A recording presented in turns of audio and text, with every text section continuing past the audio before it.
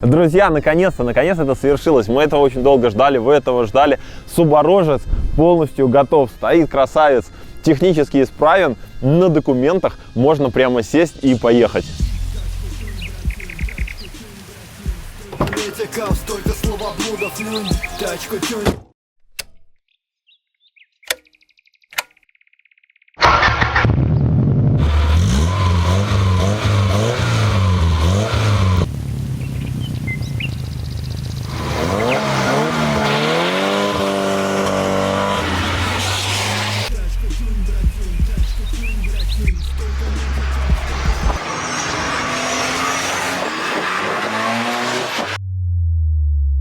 Многие скажут, что мы строили слишком долго, потому что такую штуку можно было с батей в гараже собрать за 2 вечера, даже особо не напрягаясь, но на самом деле нет. В этом видосе мы покажем вам абсолютно весь процесс постройки этого автомобиля, вы узнаете о всех работах, которые мы произвели, и поймете, как построить вот такую вот машину. Хотя кому я вру, на самом деле мы долго строили, потому что все время играем в викингов. И сейчас мы совместно с викингами проводим конкурс, в рамках которого любой из вас может выиграть новенький iPhone XS. В этой игре вы будете заниматься строительством, добычей ресурсов, созданием войска и непосредственно войнами. В общем, игра очень затягивающая и разнообразная. Ищите меня в игре под ником iLinkShow. Для того, чтобы участвовать в конкурсе, вам нужно скачать викингов именно по ссылке в описании под этим видосом и прокачать свой замок до 10 уровня. И все. Конкурс будет проводиться 5 марта. Скачайте викингов именно по нашей ссылочке, так вы поддержите наш канал и плюс получаете бонусов в виде 200 голды и бесплатного счета. У нас уже была попытка построить субарожец, но у нас были всякие проблемки, как небольшие 8, 9, 10, все на месте, что ты ноешь, так и фатальные.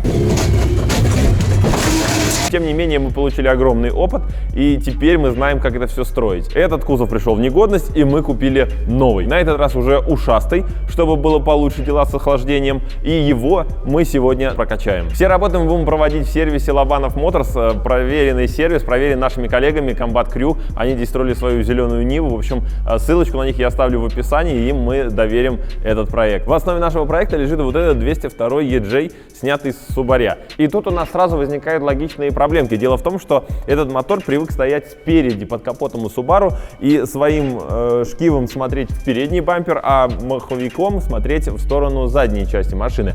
А у нас он будет стоять так, как должен стоять по заводу в Запорожце. И у нас получается, если мы поставим обычную трансмиссию от Subaru, 5 передач назад получается и 1 передача вперед. И это нужно было как-то решать.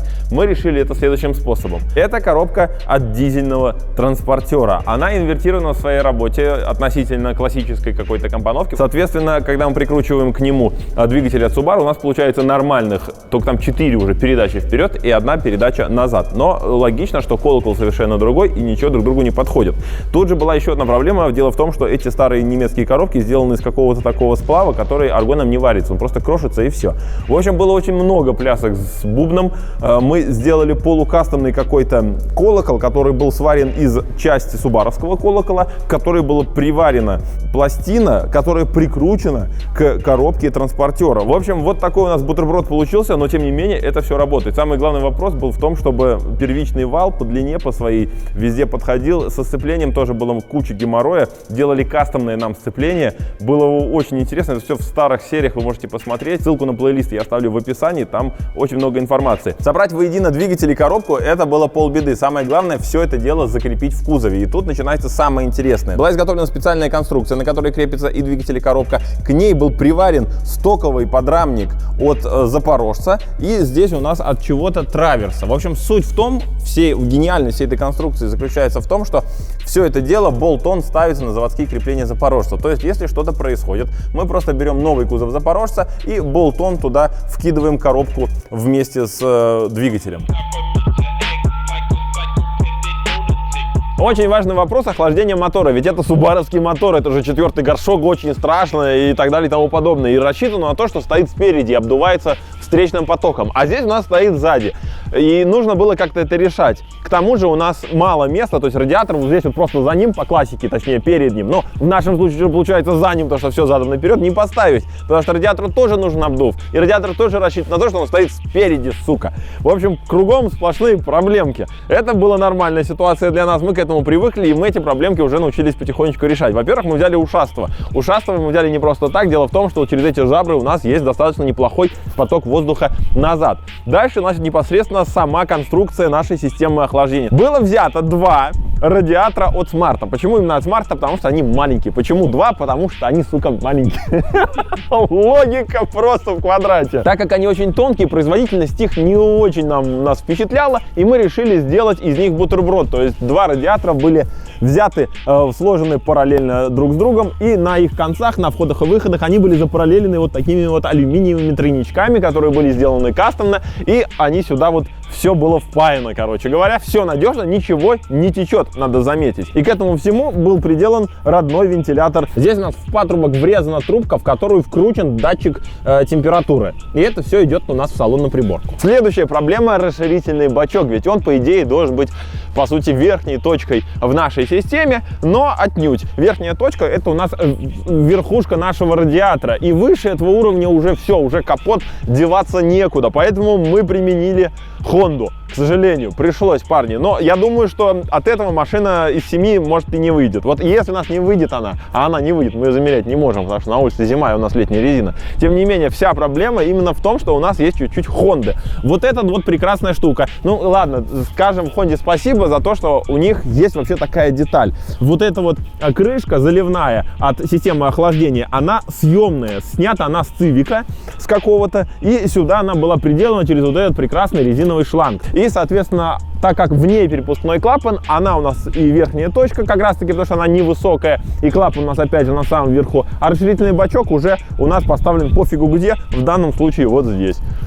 Пофиг где, это здесь, если кто не знал. Ну и раз уж мы оказались под капотом, то вот наш внешний бензонасос от Газели, а вот у нас штуцер, через который прокачивается выжимной. После того, как двигатель установлен, у нас возникает следующий вопрос, это привода. Родные, понятное дело, уже можно смело выбрасывать, поэтому сюда нужно было что-то фольксвагеновское, ведь коробка у нас от Volkswagen.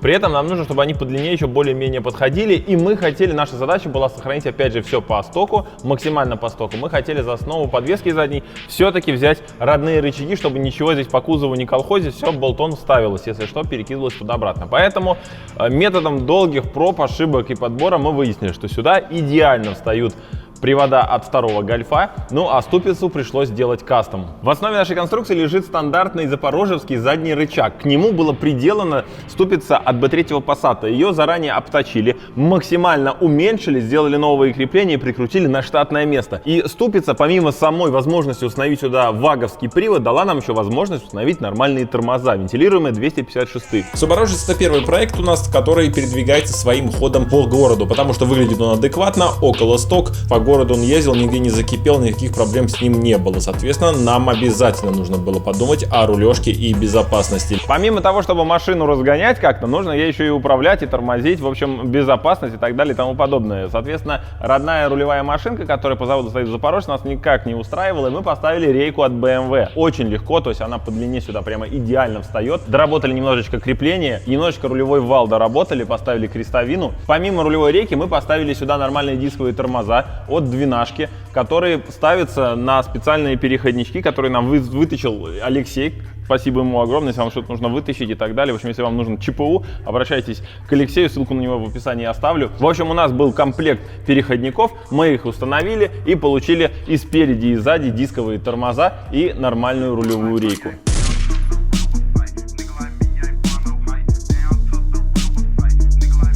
Отдельная гордость, друзья, это салон этого автомобиля. Кто следил за каналом, следил за этим проектом, тот знает, что в предыдущем кузове салона не было. Вся проблема заключалась в рычаге выбора передач. Дело в том, что стандартный стоковый, который здесь по заводу стоит в Запорожце, мы никак не могли применить, потому что у нас другая коробка, и у нее выход вот этого селектора выбора передач находится сбоку, а у Запорожца он с торца. То есть, ну, физически было не подключить. И на первой версии у нас была самодельная переключалка, которая подходила к коробке немножко сбоку. Соответственно, она у нас стояла примерно вот здесь вот и шла сквозь это сиденье, и сквозь это сиденье, и вот там вот она уходила в сторону коробки.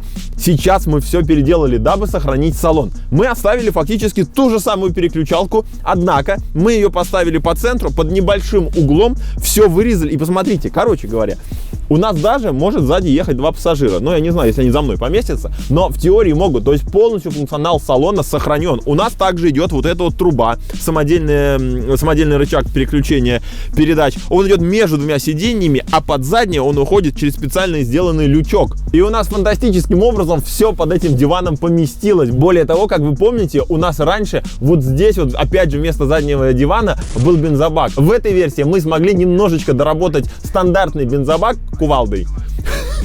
Мы в нем сделали небольшую вмятину, чтобы он опоясывал наш стартер, и мы сохранили его на заводском месте. Тем самым мы сэкономили место, и тем самым мы смогли позволить себе установить сзади стоковый диван. То есть внешне, особенно когда это кресло опущено, ну прямо вообще по стоку, и ТРД ручка. Все приборы и показания у нас выведены сюда, на отдельный модуль из ВАЗ-2105. У нас есть температура, датчик давления масла, датчик заряда и уровень топлива. Причем все это работает. Запускается наша машина при помощи вот этой вот панели с тумблерами. То есть основное зажигание, кнопка старт и еще 3 дополнительных тумблера, которые включают, соответственно, вентилятор охлаждения, бензонасос и отвагу со слабоумием.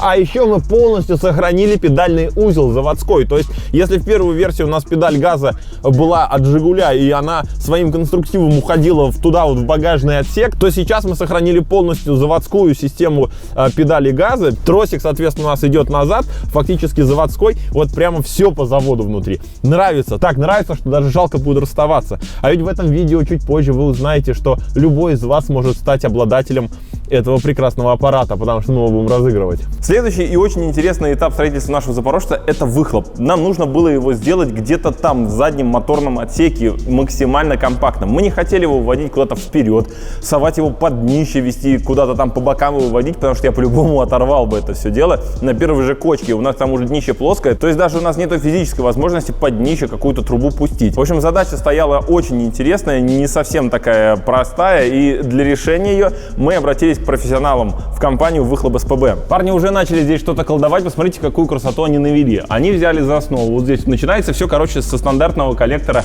от Subaru. Он практически под корень обрезан, и дальше идет кастомная труба, которую они согнули, приварили фланец.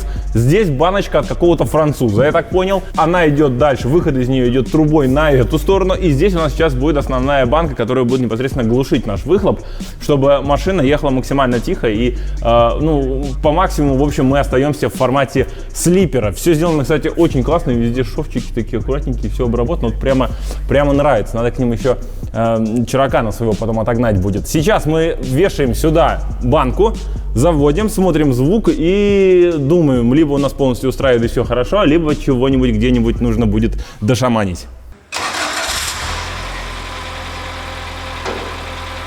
Ну, газку.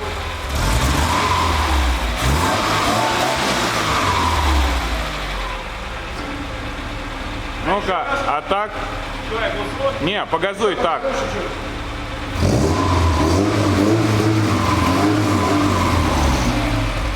В общем, мы завели машину, посмотрели, как она звучит с той банкой, которая там уже установлена от француза. Потом приложили эту банку, сравнили и поняли, что вот эта банка здесь будет лишняя. Потому что даже в условиях помещения машина вообще перестает как-либо звучать. Она слишком тихая, слишком хороший выхлоп. Это не наш путь, поэтому мы решили поставить просто вот такой вот резонаторик. То есть у нас будет вот та вот маленькая баночка, которая сейчас уже приварена к выхлопной системе. И она продолжится вот этим резонатором, который он прямоточный и глушить он особо не будет. Он просто отрежет верха. То есть у нас будет более низовой выхлоп, это должно звучать. Короче говоря, вот это уже нравится. Вот так мы и будем делать.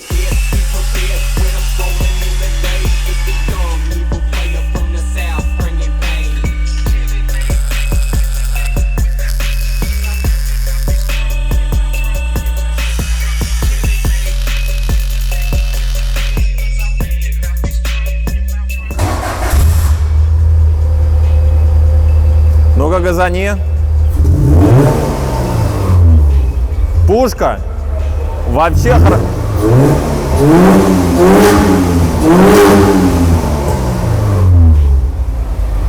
Прямо хорошо, нравится.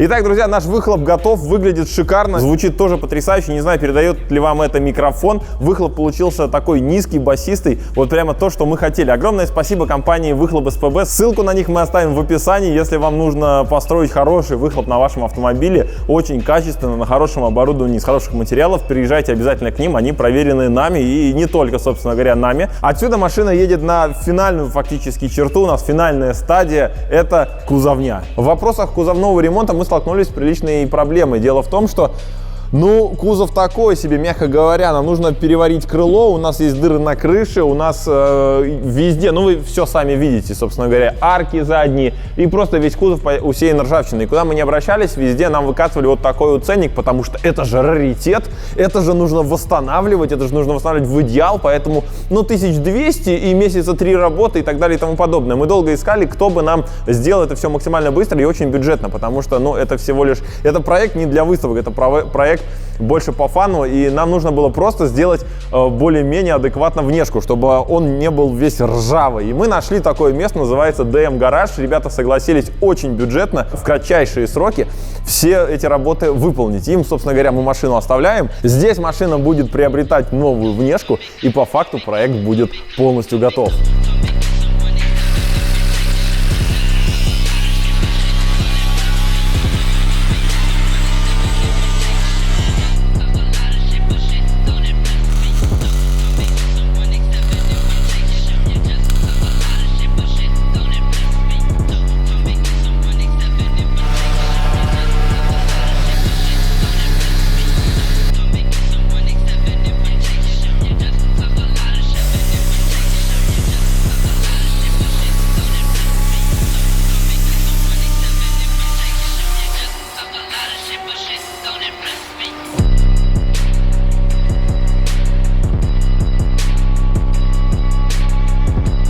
Итак, друзья, Subarojets полностью готов, как я и говорил в самом начале. Вы увидели весь процесс постройки, он был разнообразный, со своими приколами, сложностями и так далее, но тем не менее мы справились, и оно полностью исправно. И это не может нас не радовать. И дальше делать с ним особо нечего, поэтому пришло время от него как-то избавляться.